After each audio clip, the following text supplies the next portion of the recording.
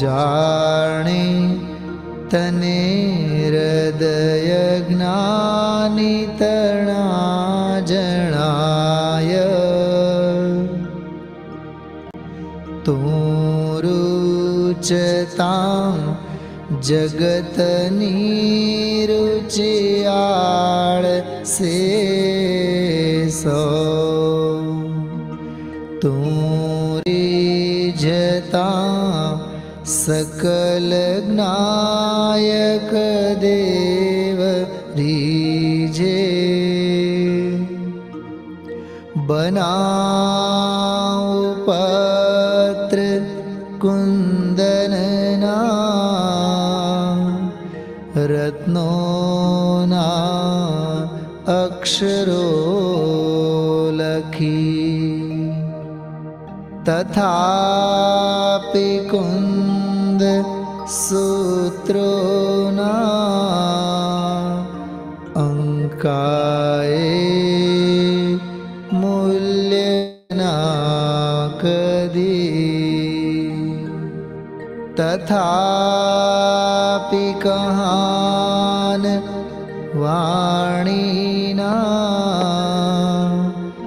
अंकाए मूल्य ना कदी।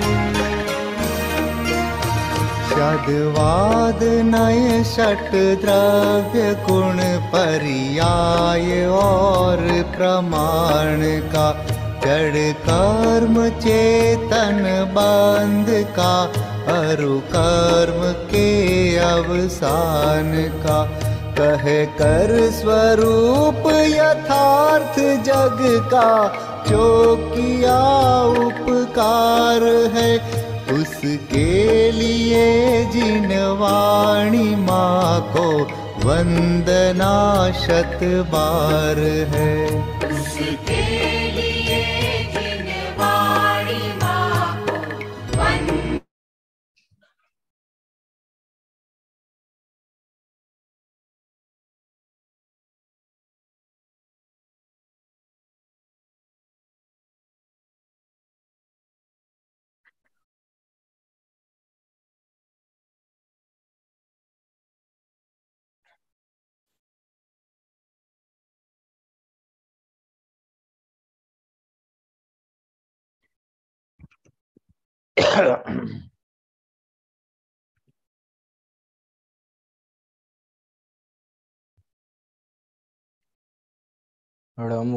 णमोऽर्हन्ताणं णमो सिद्धाणं नमो आर्याणं नमो अज्झायाणं नमो लोये सौसाहुणं वन्दितु सौसिद्धे धोयममलमणोऽवं गदिं पत्ते वोच्छामि समय पाहुड नमो सुद केवली भणिदम्।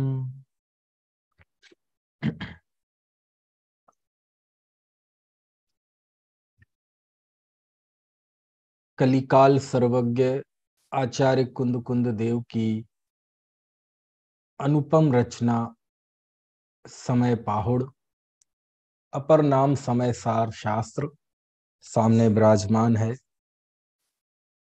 इसके कर्ता कर्म के प्रसंग पर बात चल रही है। 92 गाथा तक कल हमारी बात हुई थी। 92 गाथा तक आते आते हमने ये जाना था कि जो 92 नहीं 91 गाथा तक जम कुणदि भाव मादा कत्ता सो होदि तस् भावस कम्मत्तम परिणमदे तम ही स्वयं पोगलम दब्बम। प्रकरण ये चल रहा है कि आचार्य कहते हैं जीव अपने भावों का करता है, पुद्गल कर्म का करता है। दोनों में निमित्त नैमित्तिक संबंध होते हुए भी कर्ता कर्म संबंध नहीं है। कोई प्रश्न कर सकता है कि आचार्य देव, आपने कहा कि ये कर्ता नहीं है एक दूसरे के, और अमृतचंदाचार्य के कलशों में तो बहुत जोरदार कलश आए कि दो मिलकर परिणमित नहीं होते, है ना। एक द्रव्य के दो परिणाम एक साथ नहीं होते कि स्वयं का भी करे पर का भी करे, बहुत सारी बात है। तो प्रश्न खड़ा होता है कि जैसे बंध तत्व है, तो बंध तत्व में तो दो चीजें चाहिए, अन्यथा बंध कैसा।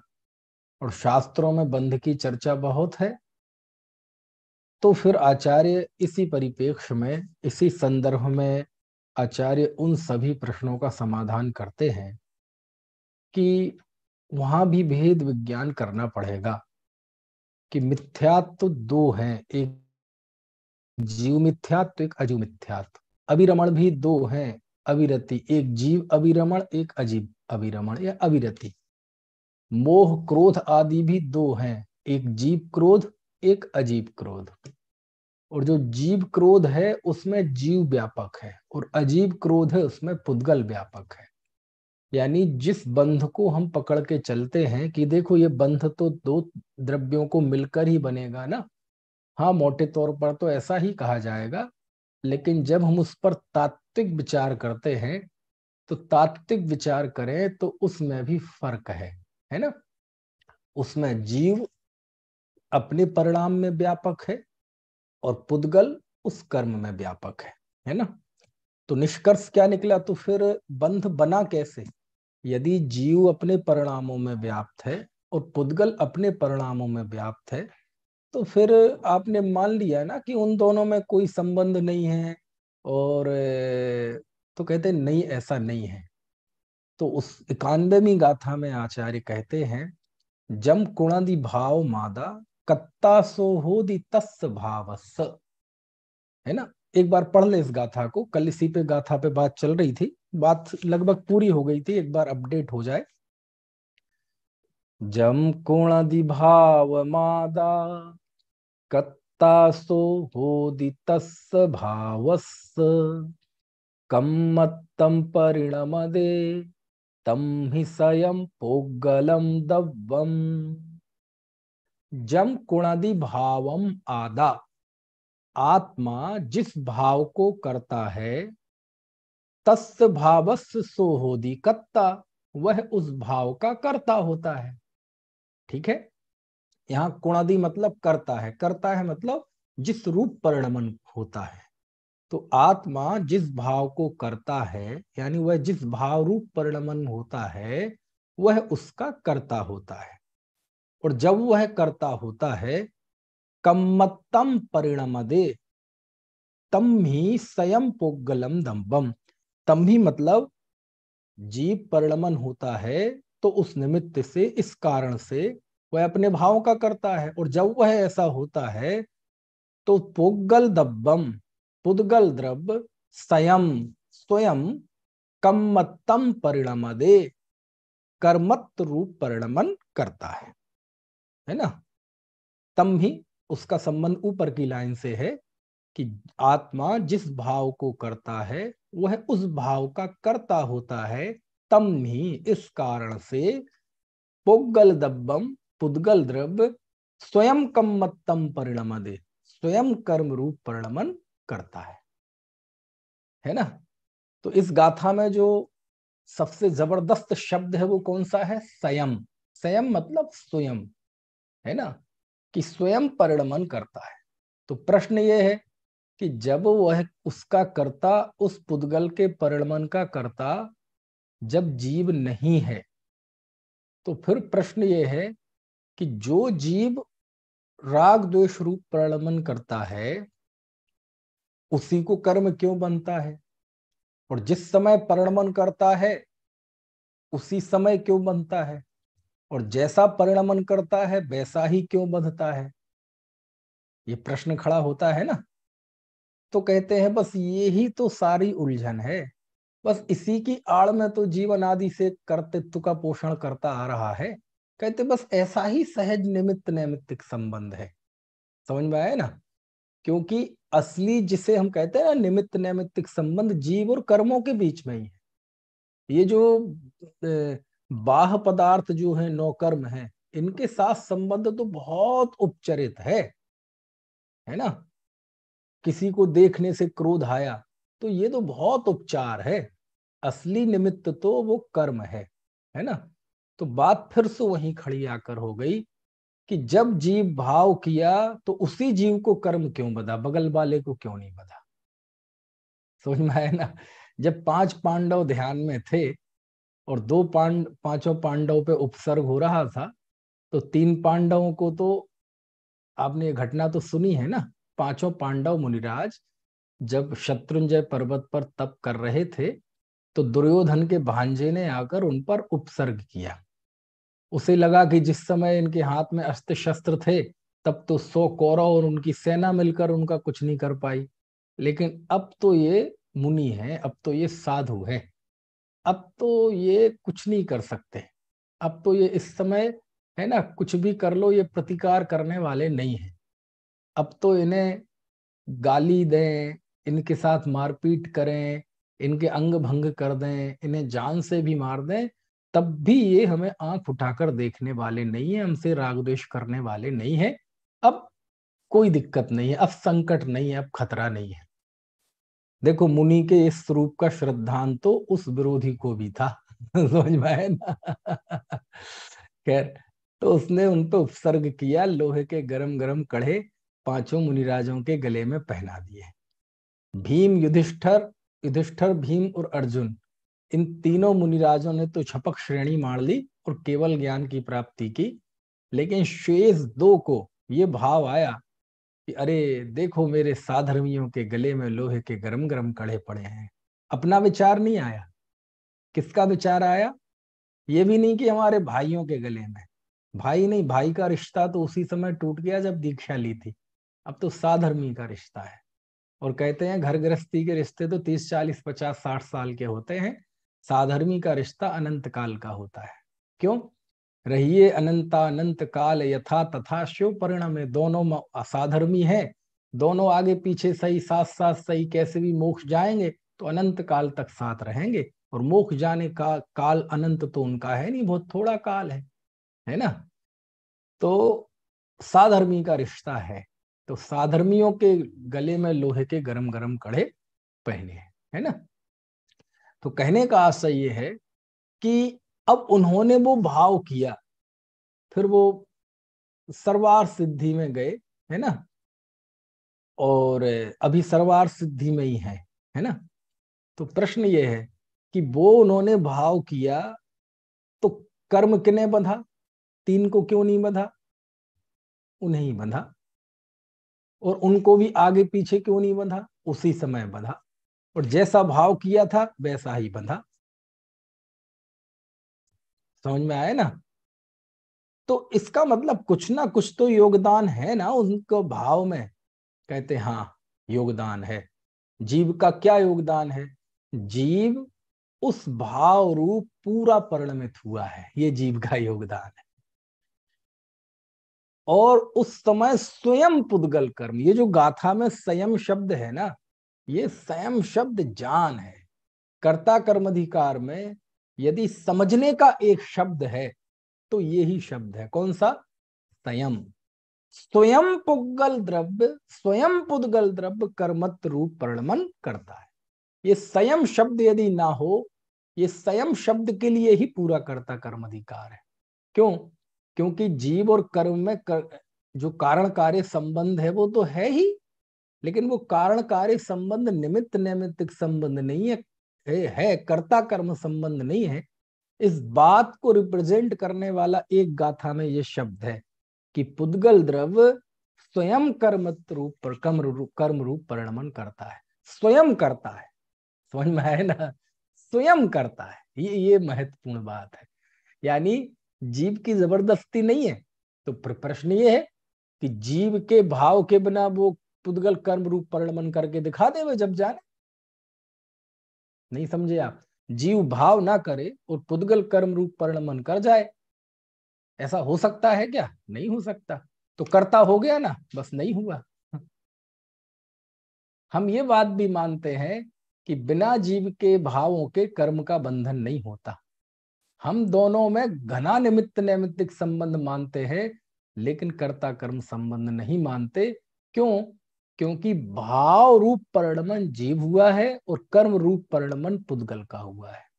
उस कर्म के चप्पे चप्पे में जाके देखो तो पुद्गल कर्म व्याप्त है, पुद्गल द्रव्य व्याप्त है, और जीव के परिणाम में जाके देखो तो जीव व्याप्त है। जीव के परिणाम में कर्म नहीं है और कर्म में जीव नहीं है। ये तात्विक विश्लेषण जो है, ये कर्ता कर्म अधिकार की पूरी थीम है, ये ही जान है। समझ में आए ना? तो इस गाथा की आत्मा कौन सा शब्द है? कौन सा शब्द है बोल के बताइए एक बार। संयम।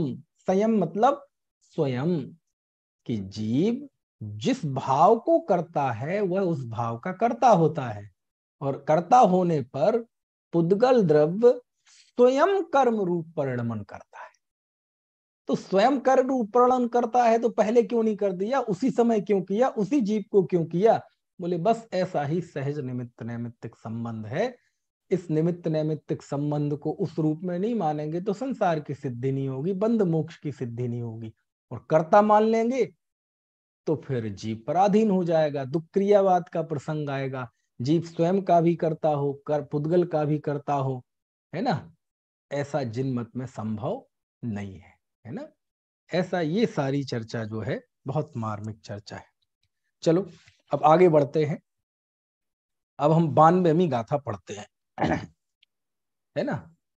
क्योंकि स्वाभाविक है कि जब 91वीं गाथा में पुद्गल कर्म के कर्म रूप परिणमन करने की बात आ रही है, तो यहाँ कोई धर्म रूप परिणत आत्मा की तो बात है नहीं।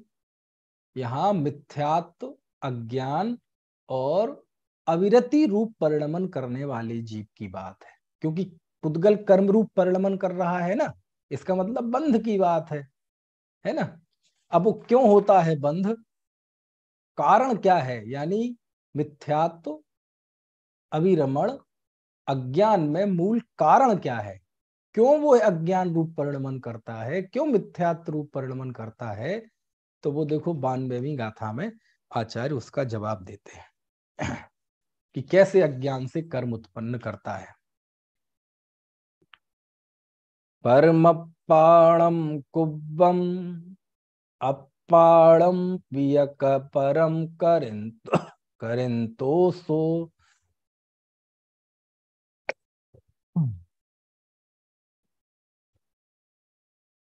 अन्नाणमो जीवो कम्माणम कार्गो होदी। एक बार फिर से पढ़ लेते हैं। परमप्पाणम कुब्बम अप्पाणम पिय परम करिंतो सो अन्नाणमो जीवो कम्माणम कार्गो होदी। देखो क्या लिखते हैं आज। परम, परम मतलब पर को, अप्पाणम कुब्बम, पर को आत्मा करता है। अब जो अपने मन से लगा लेना, जो पर को आत्मा करता है और अप्पाणम पिए, और आत्मा को भी परम करिंतो पर करता है यानी पर को आत्मा करने वाला और आत्मा को पर करने वाला अन्नाणमवो जीवो, ऐसा वह अज्ञानमयी जीव, सो अन्नाणमवो जीवो, वह अज्ञानमयी जीव कम्माणम कारगो होती, वह कर्मों का कारक होता है। यानी वह जीव कर्मों का बंधन करता है। समझ में आया ना? कर्मों का कर्ता कह लो, कर्मों का बांधने वाला कह लो, ऐसा जीव वह कर्मों का कारण होता है। कौन सा जीव?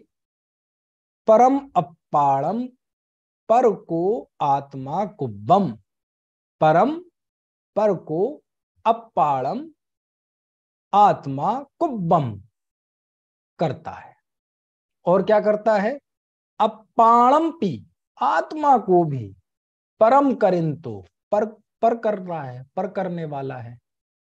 तो जो जीव पर को आत्मा करता है, आत्मा को पर करता है, तो वह अण्णाणमयो जीवो, वह अज्ञानमयी जीव कम्माणम कारगो होदी, वह जीव कर्मों का कारक होता है। समझ में आया ना? ठीक है। अब ये बड़ी गजब है। पर को आत्मा करना मतलब क्या? आत्मा को पर करना मतलब क्या? हे आचार्य देव, आप स्वयं कह रहे हैं कि पर आत्मा नहीं हो सकता, आत्मा पर नहीं हो सकता, तो फिर वो कैसे कर देगा? अरे मानता है ना, मानना ही करना है। पर को आत्मा जानना ही पर को आत्मा करना है। आत्मा को पर जानना ही आत्मा को पर करना है। करना मतलब जानना, पर करना मतलब ऐसा मानना। वस्तुतः दो वस्तुएं मिलकर तो एक होती नहीं है, लेकिन दो वस्तुएं एक होती हैं। कहाँ होती हैं? अज्ञानी के अज्ञान में दो वस्तुएं मिलकर एक होती हैं। वस्तुतः दो वस्तुएं मिलकर एक नहीं होती, है ना? ठीक है, यही बात यहां लिखी। परम अप्पाणम कुब्बम, अप्पाणम पिय परम करिंतो सो, करिंतो मतलब करता हुआ, है ना? करता है, करता है, करता हुआ, करने, करने वाला, करने में रत, वो सब करिंतो शब्द के अर्थ होते हैं, है ना? कहते ना करंता, धरंता, है ना? तो ऐसे ही है करिन, करिंतो, है ना, करने वाला। तो पर को आत्मा और आत्मा को पर करता है, सो ऐसा अज्ञानमयी जीव कर्मों का कारण होता है, यानी वह जीव कर्मों का संचय करता है, कर्मों का कारक होता है, और सिद्धांतिक भाषा में कहे तो कर्मों का बंधन करता है। और यदि और सरल कह दें तो ऐसा जीव संसारी होता है, दुखी होता है। और कहें तो ऐसा जीव समझ लो क्लेश आकुलित रहता है। ऐसा जीव चतुर्गति परिभ्रमण में दुखी रहता है। ऐसा जीव 4 गति 84 लाख योनियों में। अब इसी बात को यहाँ कर्ता कर्म के प्रसंग में कहेंगे कि वह जीव ऐसा अज्ञानी जीव कर्मों का कारक होता है। समझ में आए ना? और थोड़ा सिद्धांत की भाषा में जाएंगे तो कहेंगे ऐसा जीव कर्मों का बंधन करता है।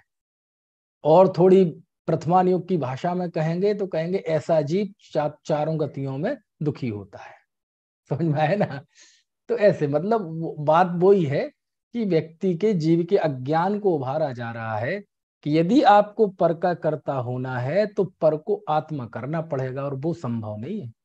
इसलिए आखिरकार यही स्वीकार करना पड़ेगा कि मैं पर नहीं हूं, पर मेरा नहीं है, मैं पर का कर्ता नहीं हूं, पर मेरा कर्ता नहीं है। चारों बुद्धियों का नाश, है ना? चलो, अब इससे बिल्कुल उलट ये 93वीं गाथा है कि जो पर को आत्मा, आत्मा को पर करता है, करता है मतलब जानता है, मानता है, वह कर्मों का कारक होता है। अब इससे विपरीत ज्ञानी कौन होता है? तो देखो ज्ञानी क्या करता है वो बताते हैं। परमप्पाणमकुब्बम अप्पाणम पिय परम अकुब्बंतो सोणाणमो जीवो कम्माणम कारगो होदि। देखो, परम अप्पाणम अकुब्बम, पिछली गाथा में क्या था? देखो, परम अप्पाणम कुब्बम, वहां परम अप्पाणम एक शब्द था, परम अप्पाणम, और कुब्बम अलग शब्द था। तो वहां अर्थ क्या था? परम अप्पाणम, मां में आ जुड़ा हुआ है, पर को आत्मा कुब्बम करता है। यहां कुब्बम यहां भी दिखाई दे रहा होगा आपको, लेकिन वो जुड़े हुए हैं, मां में आ जुड़ा हुआ है। तो यहां क्या है? परम अप्पाणम अकुब्बम, वहां कुब्बम था, यहां क्या है? अकुब्बम। फिर देखो, अप्पाणम पिय परम अकुब्बंतो, उसमें क्या था, करिंतो। यहां क्या है, करिंतो नहीं, अकरिंतो। तो अकरिंतो के लिए यहां शब्द है अकुब्बंतो। ठीक है, तो क्या अर्थ हुआ, पिछली गाथा में क्या अर्थ था, पर को आत्मा करता है और आत्मा को पर करता है। यहां क्या है, परम अपाड़म अकुब्बंतो, पर को आत्मा नहीं करता और पर आत्मा को भी पर नहीं करता, अकुब्बंतो नहीं करता, सो वह अणाणमो जीवो। पिछली गाथा में कौन था, अण्णाणमो जीवो। ठीक है, यहां कौन है, सोणाणमो जीव, वह ज्ञानमयी जीव, कम्माणम कर्म का अकारगो होदी। अब कार्गो दिख रहा होगा आपको, लेकिन वो माँ पिछले माँ में आ जुड़ा हुआ है। पिछले गाथा में क्या था, कम्माणम और कार्गो शब्द अलग था, कम्माणम कार्गो होदी। यहां क्या है, कम्माणम अकारगो होदी। ऐसा जीव कर्मों का अकारक होता है, यानी वह कर्म रूप परिणमन नहीं करता, वह जीव सुखी रहता है। कर्ता कर्म की भाषा में कहें तो वह उसका कारक नहीं होता है ना, सुख दुख की भाषा में कहें तो बहुत आनंद में रहता है, सिद्धांत की भाषा में कहें तो वह जीव कर्मों का बंधन नहीं करता, प्रथमान योग में कहें तो वह संसार में नहीं भटकता, और सरल भाषा में कहें तो वो खुशहाल रहता है, आनंदित रहता है। समझ में आया ना। ठीक है, बिल्कुल दोनों अलग अलग गाथाएं हैं। सीधी बात यह है, यदि आपको पर का कर्ता होना है, कर्मों का कर्ता होना है, तो अज्ञानी होना पड़ेगा, और कर्मों का अकर्ता होना है तो ज्ञानी होना पड़ेगा। अब हमारे हाथ में है, बोले ज्ञानी होना चाहते हो कि अज्ञानी। समझ में आया ना, आचार्य ने वस्तु स्थिति बता दी। लेकिन ये बात अज्ञानी होने के लिए नहीं है, अज्ञान दशा छोड़कर ज्ञानी होने के लिए है। कि यदि जीव ज्ञानी रहे, है ना, पर को आत्मा ना करे, आत्मा को पर ना करे, तो वह जीव कर्मों का अकारक रहता है, उसको कोई कर्मों का संचय नहीं होता, वह भाव कर्म रूप भी परिणमन नहीं होता, और जब भाव कर्म रूप परिणमित नहीं होता तो द्रव्य कर्मों का भी संचय नहीं होता। कुल मिला के ये है कि धर्म का मूल ये है कि वह जीव पर को अपना ना करे और अपने को पर ना करे। जड़ चेतन की सब परिणति प्रभु अपने अपने में होती है, बस इतनी सी बात है। कुछ बात समझ में आ रही कि नहीं। ऐसे ये 93वीं गाथा है, बहुत अच्छी गाथा है। क्योंकि ज्ञानी अज्ञानी को तो बहुत लंबा प्रसंग आने वाला है, इसलिए अभी हम ज्ञानी अज्ञानी का भेद नहीं करते हैं अभी यहां ज्यादा। ठीक है, चलो अब आगे आते हैं हम 94वीं गाथा। अब यहां से थोड़ी सी चर्चा में थोड़ा सा ट्रैक बदलेगा। अब वो कैसे बदलेगा वो आप देखेंगे।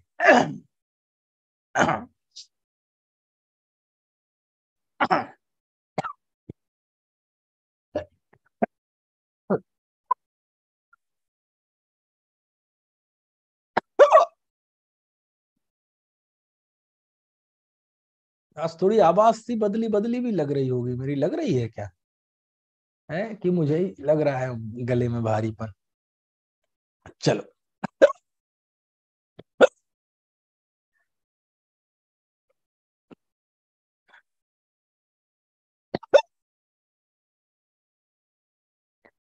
गाथा 94वीं पढ़ते हैं।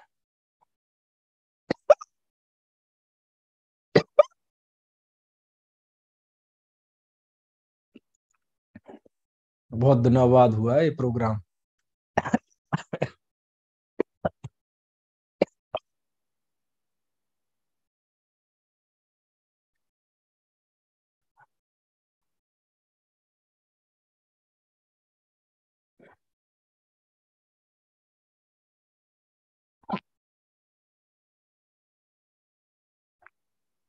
चल गाथा पढ़ते हैं। तीवी हो ए गो अप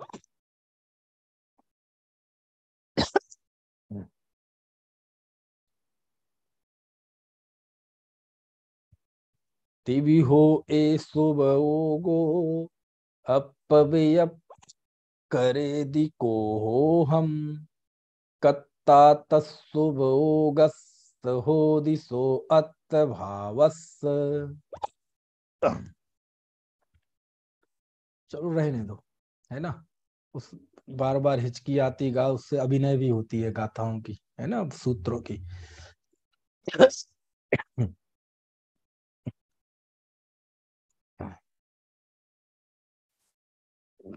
जिनवाणी स्तुति कर लो, कल करेंगे बात।